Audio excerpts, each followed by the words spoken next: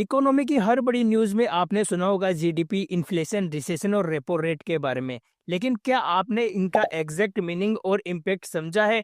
आज की इस वीडियो में हम इन सारे मैक्रो इकोनॉमिक्स फैक्टर को सिंप्लीफाई करेंगे और आपको बताएंगे कि ये कैसे आपकी जिंदगी और इन्वेस्टमेंट पर इफेक्ट कर सकते हैं। तो नमस्कार दोस्तों, मैं जय गोडेला स्वागत करता हूं आपका हमारे स्टॉक मार्केट इन्वेस्टिंग कोर्स के लेक्चर नंबर 8 में। तो आज के इस लेक्चर में हम कुछ बेसिक्स इकोनॉमिक्स की टर्म को डिस्कस करेंगे जो कि एक इन्वेस्टर के लिए जानना बहुत जरूरी है, और साथ ही ये भी समझने की कोशिश करेंगे कि ये फैक्टर्स किस तरीके से मार्केट को अफेक्ट करते हैं। देखो, एक इन्वेस्टर के लिए बेसिक इकोनॉमिक्स की नॉलेज होना बहुत ज्यादा इंपॉर्टेंट बन जाती है, क्योंकि कंपनीज की जो परफॉर्मेंस है वो इंटरेस्ट रेट, गवर्नमेंट पॉलिसी और सप्लाई डिमांड जैसे क्रिटिकल मैक्रो इकोनॉमिक्स फैक्टर पर बहुत ज्यादा डिपेंड करती है। इकोनॉमिक्स को ब्रॉडली दो कैटेगरी में डिवाइड किया जा सकता है, एक है मैक्रो इकोनॉमिक्स और दूसरी है microeconomics. Macroeconomics bigger picture जैसे कि गवर्नमेंट पॉलिसीज, इंटरेस्ट रेट्स और फॉरेन एक्सचेंज जैसे फैक्टर पर फोकस करती है, वहीं माइक्रो इकोनॉमिक्स इंडिविजुअल लेवल पर फोकस करती है। As a investor, microeconomics की कुछ बेसिक कंसेप्ट आपके लिए जानना बहुत ज्यादा जरूरी है। तो चलिए इस लेक्चर को शुरू करते हैं। तो इसमें सबसे पहला फैक्टर है वो है जीडीपी।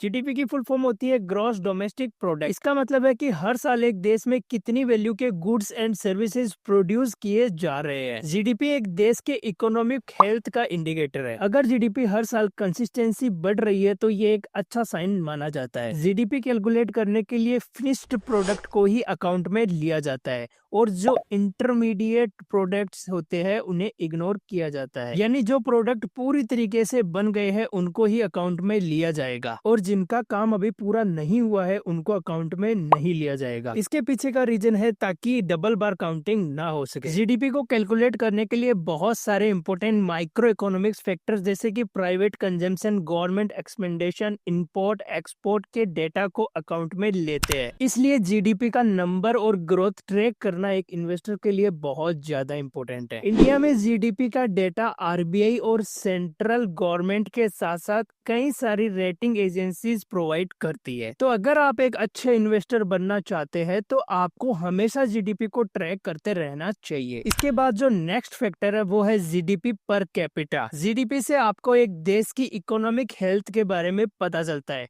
लेकिन उससे आपको ये पता नहीं चलता है कि उसके सिटीजन्स की क्या कंडीशन है। तो इसे कैलकुलेट करने के लिए जीडीपी पर कैपिटा नंबर को देखा जाता है। अब अगर आपको जीडीपी पर कैपिटा को कैलकुलेट करना है तो इसके लिए आपको जीडीपी का जो नंबर है उसको टोटल पॉपुलेशन से डिवाइड करना होगा। इसका सिंपल सा एक ही मतलब है कि एक देश में एक सिटीजन एक साल के अंदर कितना कमाता है। यूरोप में एक कंट्री है लग्जमबर्ग, उसका जीडीपी पर कैपिटा है $1,42,214 और ये दुनिया में सबसे टॉप रैंक पर है। और इंडिया का पर कैपिटा जीडीपी है $2,850, यानी हमारे सिटीजन हर साल 2,28,000 रुपए कमाते हैं। अब आपने कुछ टाइम पहले सुना होगा कि इंडिया 5th लार्जेस्ट इकोनॉमी बन गया है, जो कि एक सही बात है। लेकिन आपको पता है कि अभी भी इंडिया की पर कैपिटा जीडीपी की रैंक पूरे वर्ल्ड में 139वीं रैंक पर है, यानी इंडिया के सिटीजन्स अभी भी गरीब ही है, जबकि हमारी नॉमिनल जीडीपी रैंक है 5th। अब देखो, इसके पीछे इंडिया की पॉपुलेशन भी एक बहुत बड़ा रीजन है। बट अगर कंपैरिजन के लिए चाइना की पर कैपिटा जीडीपी को देखें तो वो $10,000 को भी पार कर चुकी है। तो सोचिए, अगर हम वहां तक पहुंच जाते हैं तो हमारी जीडीपी कहां पहुंच जाएगी। तो अब इसके बाद हम इंडियन इकोनॉमी के सेक्टर्स के बारे में भी बात कर लेते हैं। तो इंडियन इकोनॉमी में जितनी भी कंपनीज है उनको ब्रॉडली 3 सेक्टोरल कैटेगरी में डिवाइड किया जा सकता है। पहली है एग्रीकल्चरल, दूसरी है मैन्युफैक्चरिंग और तीसरी है सर्विसेज बेस्ड। अगर एग्रीकल्चरल सेक्टर की बात करें तो इस सेक्टर में ऐसे कंपनीज होती है जो एग्रीकल्चरल प्रोडक्ट जैसे कि क्रॉप्स रिलेटेड फूड या फिर जो डेली प्रोडक्ट्स है ये सब कुछ चीजें बनाने के अंदर इन्वॉल्व होती है। फॉर एग्जांपल गोदरेज, एग्रोवेंट, बॉम्बे बुमरा और वेंकीज चिकन ईटीसी। इसके बाद जो नेक्स्ट सेक्टर है वो है मैन्युफैक्चरिंग सेक्टर। इसमें वो कंपनीज आती है जो मशीन्स, इक्विपमेंट्स और लेबर्स का यूज करके गुड प्रोडक्ट प्रोड्यूस करती है। इसमें बेसिकली फार्मा कंपनीज आ जाती है, एफएमसीजी कंपनीज आ जाती है और जो केमिकल रिलेटेड जो कंपनीज है वो सब इसके अंदर आ जाती है। For example Davis lab, Hindustan Unilever, Nestle, page industries या फिर पाई इंडस्ट्रीज। इसके बाद आते हैं सर्विसेज सेक्टर। इस सेक्टर में ऐसे बिजनेस होते हैं जो कि इंटेंजिबल प्रोडक्ट्स बनाते हैं। इसमें banks, insurance companies, IT companies, e commerce companies या फिर एसेट मैनेजमेंट कंपनीज होती है। इन कंपनीज में typically high return on equity, high return on capital employed होता है और इसका प्रॉफिट मार्जिन भी हाई होता है और इनके बिजनेस में ऑपरेटिंग लिवरेजेस भी होता है। ये सेक्टर जनरली इन्वेस्टर्स का फेवरेट होता है क्योंकि इसमें इंक्रीमेंटल रिटर्न्स कमाने के लिए ज्यादा कैपिटल इन्वेस्ट नहीं करना होता है। इनमें सर्विसेज बेस्ड कंपनीज आ जाती है जैसे TCS, Infosys, HDFC bank, HDFC life, Info Edge, ये सब। तो इंडियन इकोनॉमी मेनली इन 3 सेक्टर्स में ही डिवाइड की जा सकती है। इसके बाद जो नेक्स्ट फैक्टर है वो है इन्फ्लेशन। हर साल चीजों की कीमत बढ़ती रहती है। 10 साल पहले 100 रुपए से आप जितना सामान खरीद सकते थे, आज उतना सामान खरीदने के लिए आपको 200 या 300 रुपए खर्च करने पड़ सकते हैं। इस कंसेप्ट के बारे में हमने शुरू में भी बात की है, तो आप इसे जानते होंगे। हर साल गुड एंड सर्विसेज की जो प्राइस है वो बढ़ रही है और उसे ही इन्फ्लेशन कहा जाता है। कई सारी फैक्टर्स जैसे कि geopolitical issues, demand and supply, value of money inflation यानी महंगाई बढ़ने के ये सब रीजन है। इंडिया का कंफर्टेबल इन्फ्लेशन रेट यानी ऐसा इन्फ्लेशन रेट जिसे इंडिया को कोई प्रॉब्लम नहीं आएगी, वो इन्फ्लेशन है आरबीआई के अकॉर्डिंग 4 से 6% का। तो अगर इन्फ्लेशन इतना रहता है तो इससे कोई प्रॉब्लम नहीं है, लेकिन इससे ज्यादा जब इन्फ्लेशन बढ़ता है तो प्रॉब्लम होना शुरू हो जाती है। अब यहाँ पर यह समझना जरूरी है कि इन्फ्लेशन कब बढ़ता है या फिर कब घटता है। तो देखो, इन्फ्लेशन तब बढ़ता है जब डिमांड ज्यादा होती है और सप्लाई कम होती है और इनमें से एक मिसमैच हो जाता है। अब आपके मन में ये सवाल आ रहा होगा कि डिमांड बढ़ती कब है? तो देखो, जब लोगों के पास पैसा होता है तब डिमांड बढ़ती है, क्योंकि जब उनके पास पैसा होगा सामान खरीदने के लिए तो वो नए नए सामान खरीदेंगे और वो उस पैसे को खर्च करेंगे, और जब वो पैसे को खर्च करेंगे तो प्रोडक्ट और सर्विसेज की जो डिमांड है वो बढ़ेगी, और जब प्रोडक्ट एंड सर्विसेज की डिमांड बढ़ेगी तो महंगाई भी बढ़ेगी। अब एक लेवल पर अगर डिमांड बढ़ने की वजह से इन्फ्लेशन बढ़ रहा है तो ये ठीक है, लेकिन जब इन्फ्लेशन आउट ऑफ कंट्रोल हो जाता है तो ये किसी भी इकोनॉमी के लिए एक रेड फ्लैग है, क्योंकि इन्फ्लेशन बढ़ने से जो आपके लिए जरूरी सामान है यानी एसेंशियल कमोडिटीज है उनकी प्राइस भी बढ़ जाती है, और इससे ये होता है कि लोग अपनी डेली की जरूरत का सामान भी नहीं खरीद पाते हैं, और अगर खरीद भी लेते हैं तो उसके बाद उनके पास एक्स्ट्रा सामान खरीदने के लिए पैसे बचते ही नहीं है। और ये हमारी इकोनॉमी के लिए बहुत ही बुरा है, क्योंकि जब जो बाकी जो बिजनेसेस नॉन एसेंशियल आइटम्स बेचते हैं उनको सफर करना पड़ता है, और अगर बिजनेसेस सफर करते हैं तो उन्होंने अगर कोई बैंक से लोन ले रखा होगा तो बहुत सारे बिजनेसेस इस केस के अंदर अपने लोन को डिफॉल्ट कर सकते हैं और इससे बैंक तक कोलैप्स हो सकते हैं, और अल्टीमेटली इससे इकोनॉमी को ही नुकसान होता है और इकोनॉमी भी कोलैप्स कर सकती है। और आपने सुना ही होगा जिम्बाब्वे में भी कुछ ऐसा ही हुआ था। उनके जो प्रेसिडेंट थे वो अपने मन मर्जी से नोट प्रिंट करने लगे थे, और अब इससे इकोनॉमी में लिक्विडिटी बहुत ज्यादा बढ़ गई थी, और क्योंकि लोगों के पास बहुत सारा पैसा आ गया था और वो पैसे को खर्च कर रहे थे, लेकिन प्रॉब्लम ये थी कि सप्लाई तो लिमिटेड थी और डिमांड बढ़ रही थी, तो इससे इन्फ्लेशन बढ़ने लगी, और फिर ऐसा होने लगा था कि हर जो गुड्स का जो सामान था उसकी कीमत है ना वो सिंपली डबल होने लगी थी। इवन जिम्बाब्वे की ये हालत हो गई थी कि एक ब्रेड की कॉस्ट है वो भी 5.5 करोड़ जिम्बाब्वियन डॉलर हो चुकी थी। मतलब सोच कर भी अजीब लगता है कि एक ब्रेड के लिए 5.5 करोड़ जिम्बाब्वियन डॉलर देने पड़े। तो इससे पूरे जिम्बाब्वे की इकोनॉमी कोलैप्स कर चुकी थी और जिम्बाब्वे के नोट की वैल्यू भी बिल्कुल खत्म हो गई थी, और लास्ट में जब कोई चारा नहीं बचा तो उन्हें अपनी करेंसी को यूएस डॉलर से रिप्लेस करना पड़ा, और इस सिचुएशन को बोलते हैं हाइपर इन्फ्लेशन। तो इन्फ्लेशन का आउट ऑफ कंट्रोल होना भी बहुत ज्यादा खतरनाक है, लेकिन यहाँ पर मैं आपको बता दूं कि नेगेटिव इन्फ्लेशन या फिर जीरो इन्फ्लेशन भी खराब है, क्योंकि उससे जो इकोनॉमी की ग्रोथ है वो रुक जाती है। इंडिया में इन्फ्लेशन को 2 डेटा से मेजर किया जाता है। पहला है सीपीआई यानी कंज्यूमर प्राइस इन्फ्लेशन, और दूसरा है WPI wholesale price inflation. But इसमें सीपीआई के डेटा को ज्यादा वैल्यू दी जाती है, क्योंकि इंडिया में इन्फ्लेशन इंटरनल और एक्सटर्नल दोनों रीजन से अफेक्ट हो सकता है। इंटरनल रीजन में सप्लाई एंड डिमांड का इश्यू हो सकता है, और एक्सटर्नल इश्यू में क्रूड ऑयल की प्राइस का बढ़ना या फिर बाकी कंट्रीज का इन्फ्लेशन भी इंडिया को अफेक्ट कर सकता है, क्योंकि इंडिया की इकोनॉमी ऑयल पर डिपेंडेड है और हमारे देश को ऑयल बाहर से ही इम्पोर्ट करना होता है। तो जब भी ऑयल की प्राइस बढ़ती है तो उससे हमें ज्यादा कॉस्ट में इम्पोर्ट करना पड़ता है, और अगर ऑयल की प्राइस बढ़ती है तो इससे सारी एसेंशियल कमोडिटीज की कॉस्ट भी बढ़ जाएगी। रिसेंटली रशिया और यूक्रेन कॉन्फ्लिक्ट के बाद ऑयल की प्राइस बहुत तेजी से बढ़ने लगी थी, जिस वजह से इंडिया में इन्फ्लेशन भी बहुत तेजी से बढ़ने लग गया था। यहाँ पर आपको बता दूं कि कई एनालिस्ट इन्फ्लेशन और जीडीपी ग्रोथ के डेटा से स्टॉक मार्केट की परफॉर्मेंस मेजर करते हैं। उनका कहना है कि जीडीपी ग्रोथ का नंबर और इन्फ्लेशन के नंबर को अगर ऐड कर दिया जाए तो इससे निफ्टी 50 की ग्रोथ का अंदाजा लगाया जा सकता है। अगर इंडिया का जीडीपी 6 से 7% ग्रो हो रहा है और इन्फ्लेशन 5 से 6% मानकर चले तो निफ्टी से हम 11 से 12% के रिटर्न्स एक्सपेक्ट कर सकते हैं। इसके बाद जो अपना नेक्स्ट कंसेप्ट है वो है रिसेशन। इसका मतलब है कि एक ऐसा टाइम जब पूरी इकोनॉमी में एक डाउनटर्न देखने को मिले। रिसेशन के पीछे बहुत सारे फैक्टर्स हो सकते हैं, लेकिन टेक्निकली अगर 2 क्वार्टर्स में लगातार जीडीपी ग्रोथ नेगेटिव होती है तो इसे रिसेशन माना जाता है। रिसेशन का टाइम स्टॉक मार्केट के लिए बहुत ही ज्यादा बुरा होता है, क्योंकि ऐसे टाइम में स्टॉक मार्केट में या तो प्राइस में करेक्शन आता है,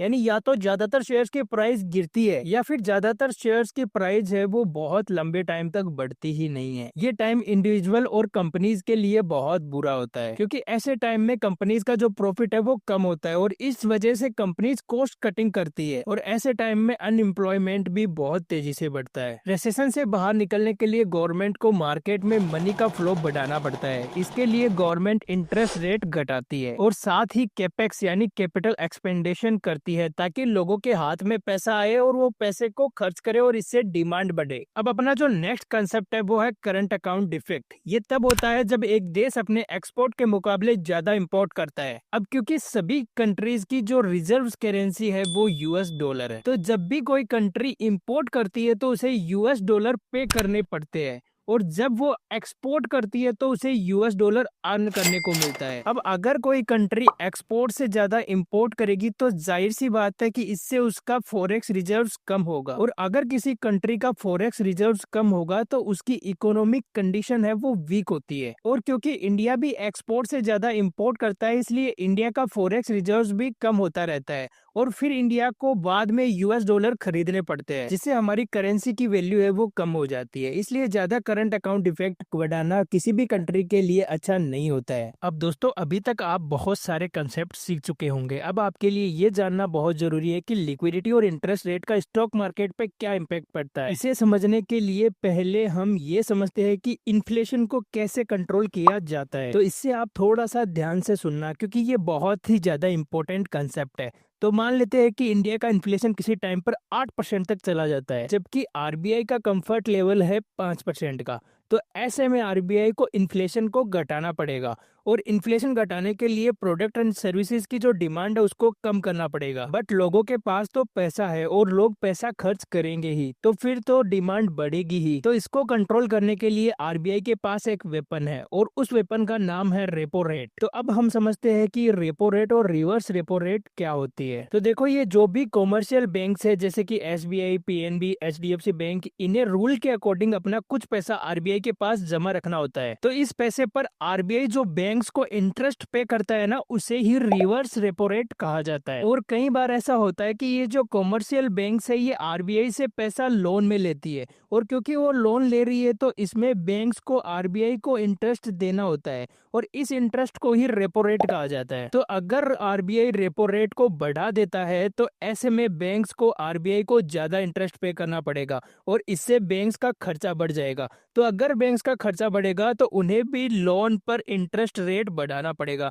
ताकि वो अपने एक्सपेंसेस को बियर कर पाए। और अगर इंटरेस्ट रेट बढ़ेगा तो इससे जिन लोगों ने भी होम लोन या कार लोन ले रखा होगा उनके एक्सपेंसेस भी बढ़ेंगे, और अगर लोगों के एक्सपेंसेस बढ़ेंगे तो वो कोई भी एक्स्ट्रा सामान नहीं खरीद पाएंगे और वो अपने खर्चों में कटौती करेंगे। और जब लोग खर्चों में कटौती करेंगे तो डिमांड भी घट जाएगी, और यही आरबीआई चाहता है, क्योंकि अगर डिमांड घटेगी तो महंगाई भी घटेगी। अब इसे एक और एंगल से देखें तो अगर इंटरेस्ट रेट बढ़ेगा तो इससे बिजनेसेस के लिए लोन लेना भी महंगा हो जाएगा। तो ऐसे में जो बिजनेसेस लोन लेकर खुद को एक्सपेंड करने की सोच रहे होंगे वो या तो लोन लेंगे ही नहीं या फिर कम लोन लेंगे, तो इससे बिजनेस की भी ग्रोथ कम होगी, और अगर बिजनेस की ग्रोथ कम होगी तो इससे भी मार्केट में डिमांड घटेगी और इन्फ्लेशन भी कम होगा। अब अगर इसे स्टॉक मार्केट के पर्सपेक्टिव से देखें तो अगर किसी कंपनी की ग्रोथ कम होगी तो इन्वेस्टर को भी कंपनी पसंद नहीं आएगी, जिससे उस स्टॉक की डिमांड कम होगी और उसके स्टॉक की प्राइस भी गिरेगी। इसके अलावा जिन कंपनी ने पहले से ही लोन ले रखा होगा उसके एक्सपेंसेस भी बढ़ जाएंगे, और अगर एक्सपेंसेस बढ़ेंगे तो प्रॉफिट कम होंगे, और अगर प्रॉफिट घटेगा तो अगेन इन्वेस्टर इस स्टॉक में इंटरेस्ट नहीं दिखाएंगे। इवन कुछ इन्वेस्टर्स उस स्टॉक को सेल भी कर सकते हैं, जिससे उसकी डिमांड घट जाएगी, और डिमांड घटेगी तो उसके शेयर की प्राइस भी घट जाएगी। यानी ओवरऑल अगर आरबीआई रेपो रेट बढ़ाता है तो इससे इकोनॉमी में लिक्विडिटी कम होगी और डिमांड भी घटती है, और इससे शेयर मार्केट पर भी एक नेगेटिव इम्पैक्ट पड़ता है। और इसका उल्टा अगर आरबीआई रेपो रेट घटाता है तो इससे मार्केट में लिक्विडिटी बढ़ती है और लोन रेट्स घट जाते हैं, जिससे बिजनेस के लिए ग्रो करना इजी हो जाता है। और अगर बिजनेसेस ग्रो करते हैं तो स्टॉक मार्केट भी बढ़ता है। तो ये तो आपको समझ आ गया होगा। तो यहाँ पर एक और कंसेप्ट को डिस्कस करना बहुत ज्यादा जरूरी है, और वो ये है कि इन्वेस्टर्स सिर्फ बैंक में ही पैसा नहीं रखते हैं, गवर्नमेंट सिक्योरिटीज में भी पैसा रखते हैं। गवर्नमेंट सिक्योरिटीज का मतलब है वो बॉन्ड्स जो गवर्नमेंट इशू करती है। बेसिकली इसमें आप गवर्नमेंट को लोन देते हो डेवलपमेंट करने के लिए, और गवर्नमेंट उस बॉन्ड में आपको इंटरेस्ट देती है, और क्योंकि आपने गवर्नमेंट को लोन दिया है तो गवर्नमेंट तो आपका लोन है वो डिफॉल्ट करेगी नहीं, इसलिए गवर्नमेंट बॉन्ड सबसे ज्यादा सिक्योर होते हैं।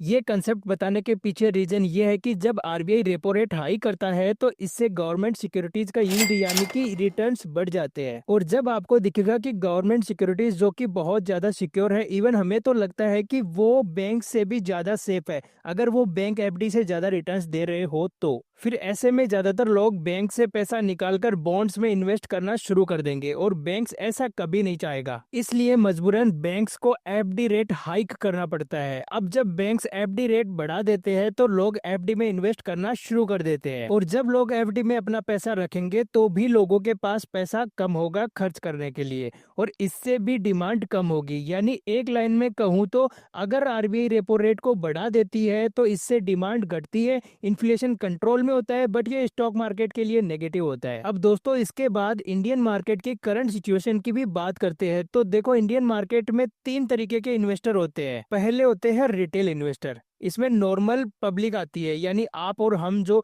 थोड़े बहुत पैसे इन्वेस्ट करते हैं। अब अगर आप 2-4 करोड़ भी इन्वेस्ट करते हो तो भी आप रिटेल इन्वेस्टर में ही आते हैं। दूसरे है डीआईआई यानी डोमेस्टिक इंस्टीट्यूशनल इन्वेस्टर, इसमें इंडिया के mutual funds, insurance companies, asset management companies वो सब आती है। और थर्ड है फॉरेन इंस्टीट्यूशनल इन्वेस्टर्स मतलब एफआईआईज। अगर कोई फॉरेन एंटिटी इंडियन मार्केट में इन्वेस्ट करते हैं, जैसे कि यूएस की फर्म इंडिया में इन्वेस्ट करती है, तो उसे फॉरेन इंस्टीट्यूशनल इन्वेस्टर यानी एफआईआईज कहा जाता है। इंडियन मार्केट में सबसे ज्यादा पैसा फॉरेन इंस्टीट्यूशनल इन्वेस्टर का ही होता है, और यही लोग मार्केट की डायरेक्शन को तय करते हैं। अगर एफआईआईज मार्केट से पैसा निकालते हैं और सेलिंग करते हैं तो इससे मार्केट गिरता है, और अगर एफआईआईज इंडियन मार्केट में इन्वेस्ट करते हैं तो इससे मार्केट बढ़ता है। अब इस नॉलेज के साथ करंट मार्केट कंडीशन को समझते हैं, क्योंकि आगे भी ऐसी सिनेरियोज आ सकते हैं। अगर आप आज की इकोनॉमिक कंडीशन को समझेंगे तभी आप आगे के लिए प्रिपेयर रह पाएंगे। तो देखो कोविड के टाइम यूएस गवर्नमेंट ने अपने सिटीजन्स में बहुत सारे डॉलर सर्कुलर किए, यानी फ्री में पैसे बांटे। इसके साथ ही कोविड के समय पर यूएस के जो सेंट्रल बैंक थे उन्होंने भी इंटरेस्ट रेट को कम कर दिया था, तो इससे लिक्विडिटी बढ़ गई थी और लोगों के पास पैसा आ गया था। बट कोविड खत्म होने से पहले ही रशिया और यूक्रेन का वॉर स्टार्ट हो गया था, और ऐसे में यूएस और यूरोप ने रशिया पर सेंसेस लगा दिए थे,